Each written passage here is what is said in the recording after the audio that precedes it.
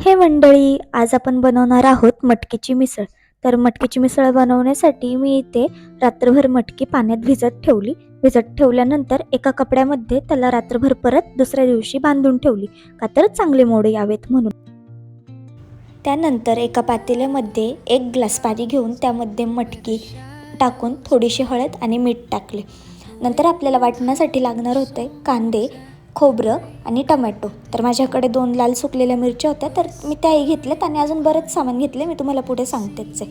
तर खोबऱ्याचे बारीक काप करून घेतले, कारण ते वाटणामध्ये मोठे राहू नयेत म्हणून.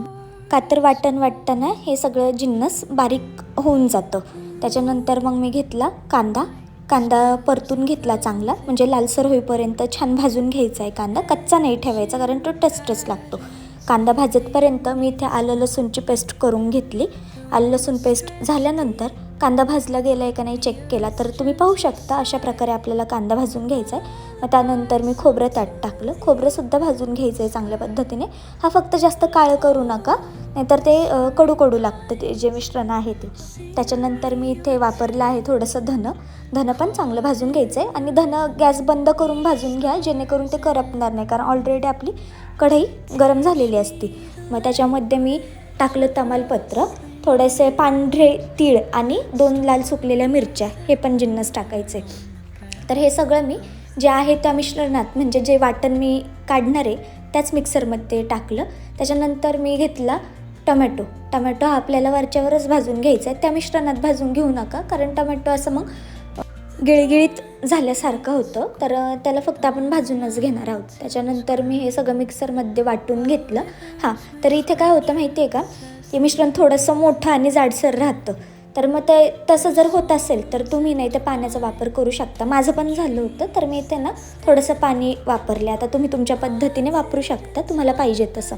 त्यानंतर एका पातेल्यामध्ये 2 पळी तेल घेतलं. तेल थोडंसं गरम होऊन द्या, कारण मग फोडणी बसायला म्हणजे वेळ नाही लागत थोडक्यात. त्याच्यानंतर मी टाकलं त्याच्यात कढीपत्ता, 2 तमालपत्रे, 2 घ्या किंवा 1 घ्या, तुम्हाला वाटेल तसं, तिखट जसं पाहिजे त्यानुसार. त्याच्यानंतर थोडी जास्तीची जिरी मोहरी टाकली. छान फोडणी तडतडून दिली ही सगळी. हे तडतडल्यानंतर आपल्याला एकदम थोडासा कांदा टाकायचा आहे, म्हणजे अर्धा कांदा म्हटलं तरी चालेल. अर्धा कांदा टाकून मग यात ते सगळं मिश्रण टाकलं. तर इथे मिश्रण चांगलं परतून घ्या, कच्चं ठेवू नका. कच्चं राहिलं तर मग ते टेस्ट जशी पाहिजे आपल्याला तशी येत नाही. त्याच्यानंतर मग मसाल्यांमध्ये मी टाकलं हळद, हिंग, लाल तिखट, गरम मसाला आणि मिसळ मसाला मी एव्हरेस्टचा वापरते, छान लागतं, म्हणजे टेस्ट चांगली लागते. तर या मसाल्यातच आपल्याला मीठ टाकून घ्यायचं आहे, कारण मीठ परतून घ्यायचं. मीठ कधी वरून टाकू नका, मीठ ना मी जे वाटण असतं ना आपलं त्यामध्येच परतून घ्यायचा. मग मटकी वगैरे टाकली त्यामध्ये. मटकी पण चांगली परतून घेतली 1-2-3 मिनिट. त्याच्यानंतर पाणी टाकलं. तर तुम्ही इथे ना गरम पाण्याचा वापर करू शकता. गरम पाण्याने टेस्ट आहे ना बिघडत नाही. पण आता माझ्याकडे टाईम नव्हता म्हणून मी आहे तेच गार पाणी यूज केलेलं आहे, पण तुम्ही गरम पाणी यूज करा. तर मग अशा प्रकारे 2-3 उकळी येऊन द्या, कारण मटकी आपण ऑलरेडी शिजवलेली असते, तर जास्त काही गरज नाही पडत. तर अशा प्रकारे आपली मिसळ तयार आहे. आवडली असेल तर लाईक, कमेंट, शेअर नक्की करा. बाय.